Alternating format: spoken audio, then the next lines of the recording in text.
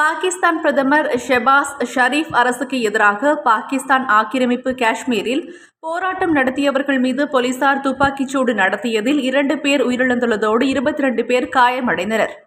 பாகிஸ்தான் ஆக்கிரமிப்பு காஷ்மீரில் உள்ள மக்கள் பாகிஸ்தான் அரசுக்கு எதிராக போராட்டங்களில் ஈடுபட்டு வருகின்றனர். அபிவிருத்தி பணிகள் உள்ளிட்டவற்றில் தாங்கள் தொடர்ந்தும் புறக்கணிக்கப்பட்டு வருவதாக ஆக்கிரமிப்பு காஷ்மீர் மக்கள் குற்றம் சாட்டி வருகின்றனர். இந்நிலையில் அவாமி அதிரடி குழு என்ற அமைப்பின் தலைமையில் ஆக்கிரமிப்பு காஷ்மீரின் முசாஃபராபாத்தில் நேற்று மிகப்பெரிய போராட்டம் வெடித்தது. இதனால் இங்கு சந்தைகள், கடைகள் மூடப்பட்டிருந்தன. அத்தோடு போக்குவரத்தும் நிறுத்தப்பட்டது. அரசுக்கு எதிராக ஆயிரக்கணக்கான மக்கள் வீதிகளில் இறங்கி முழக்கங்களை எழுப்பினர். பேரணிகள், போராட்டங்கள், ஆர்ப்பாட்டங்களில் ஈடுபட்டனர்.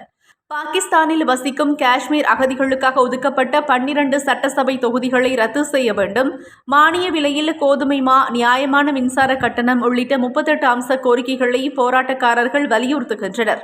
பஞ்சாப் மாகாணத்திலிருந்து ஆயுதம் ஏந்திய படையினரையும் ஆயிரக்கணக்கான வீரர்களையும் பாகிஸ்தானிய அரசு நிறுத்தியுள்ளது.